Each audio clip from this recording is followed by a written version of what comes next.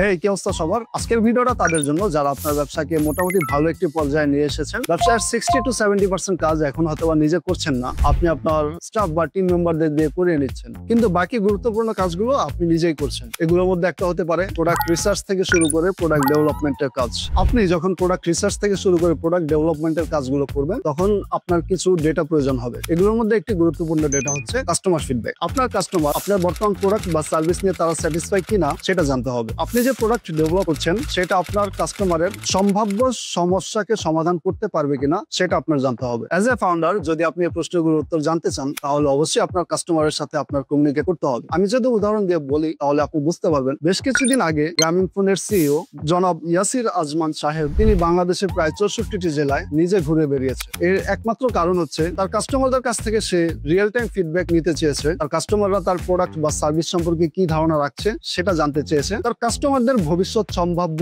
কি কি সমস্যা হতে পারে সেটা সে জানতে চেয়েছে। সো অ্যাজ এ ফাউন্ডার, যখন আপনি আপনার কাস্টমারের সাথে কমিউনিকেশন মেনটেন করবেন, তখন আপনার প্রতিষ্ঠানে যে সকল সমস্যাগুলো আছে সেগুলো ইজিলি আপনি সলভ করতে পারবেন। এছাড়াও আপনার কাস্টমারের ভবিষ্যৎ সম্ভাব্য সমস্যাগুলো জেনে সে অনুযায়ী আপনার প্রোডাক্ট ডেভেলপ করতে পারবেন। আজকের জন্য এতটুকুই। টাটা।